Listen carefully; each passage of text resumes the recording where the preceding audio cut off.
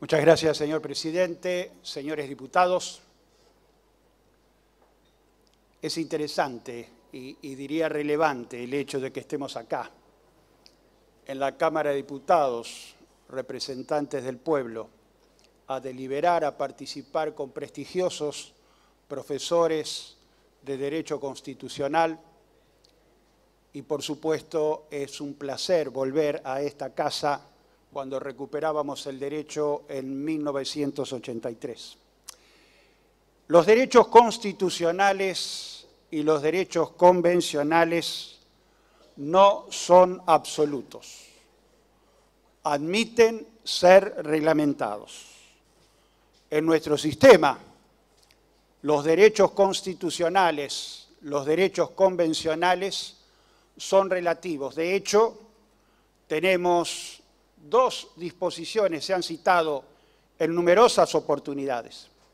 El artículo 85-86 del Código Penal, que en muy poco tiempo, en 2 años, van a cumplir 100 años, en la cual precisamente la despenalización del aborto frente a 2 situaciones puntuales ejemplifican la relatividad de los derechos. No hay derechos absolutos.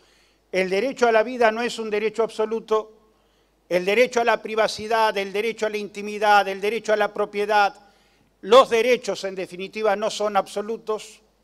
El derecho a la propiedad está hasta limitado por un reglamento de edificación, de tal manera que este tiene que ser, sin lugar a dudas, el punto de partida. La mujer, frente al problema grave de una dolencia como consecuencia del embarazo, el médico no puede dudar, dice el Código Penal, no puede dudar, debe sacrificar el feto y no la madre.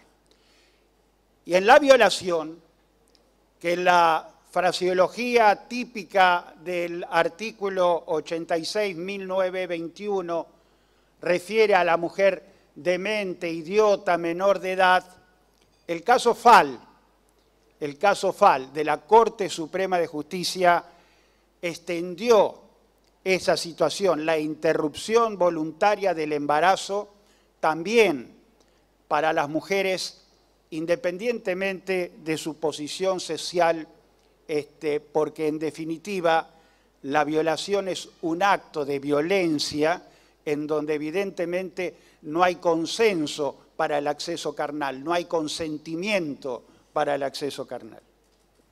Pero así como los derechos constitucionales y los derechos convencionales no son absolutos, tampoco existe a priori una escala jerárquica de derechos. No es que el derecho a la vida siempre está por sobre encima de los otros derechos. No existe la posibilidad de una escala jerárquica. ¿Por qué? Porque hay criterios de interpretación. Y los criterios de interpretación descansan evidentemente en el artículo 116 en la Corte Suprema de Justicia.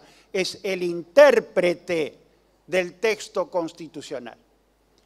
Y la Corte ha venido interpretando a la Constitución desde 1853-60.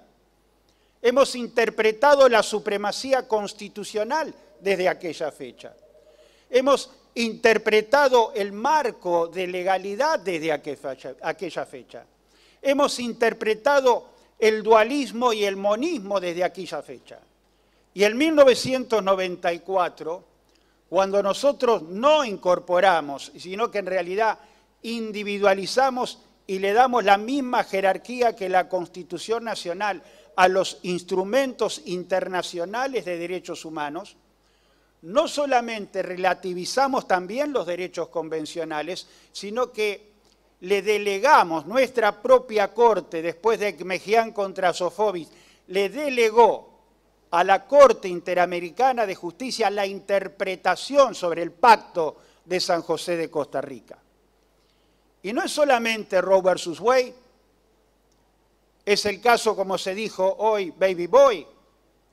Son situaciones planteadas como, por ejemplo, el caso en donde se interpretó en Artavia Murillo, el embrión humano no es persona.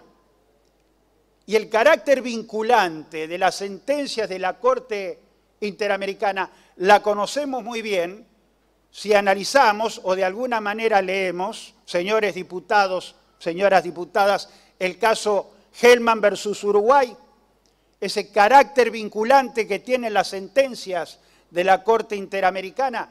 No podemos de ninguna manera ser indiferentes a esa situación. Hay precedentes, hay convenciones internacionales, hay situaciones pavorosas como la anencefalia, pavorosas. Esto de alguna manera lo relata en Baby Ball, pero también tenemos el caso TS de nuestra Corte Suprema, el caso de la anencefalia. Esa situación tremenda de la mujer gestante que es consciente que su hijo padece anencefalia, que tiene que llevar en su vientre durante 9 meses esa persona que está latiendo, pero que sabe, definitivamente sabe, fatalmente sabe, que cuando se corta el cordón umbilical, esa persona no puede vivir. Y nuestra propia Corte, en fallos jurisprudenciales que es importante releer, ha señalado, ha asimilado esa situación como un trato inhumano o cruel, forzar a esa persona a terminar su etapa de embarazo y a no interrumpirlo. Un minuto. Hemos escuchado hoy algunas exposiciones, independientemente del disenso que podamos tener, absolutamente interesantes, pero me voy a detener en la de la doctora Mónica Pinto, que ha ensayado con una lucidez fantástica cómo y de qué manera los instrumentos internacionales de derechos humanos que son vinculantes para nuestro derecho interno también han relativizado, en definitiva, los derechos constitucionales y convencionales. De tal manera que sobre estos argumentos tenemos la plena libertad, nosotros y la plena libertad, los diputados, los legisladores del Congreso, de poder en consecuencia plantear un proyecto que sea una alternativa posible para nosotros. Muchísimas gracias.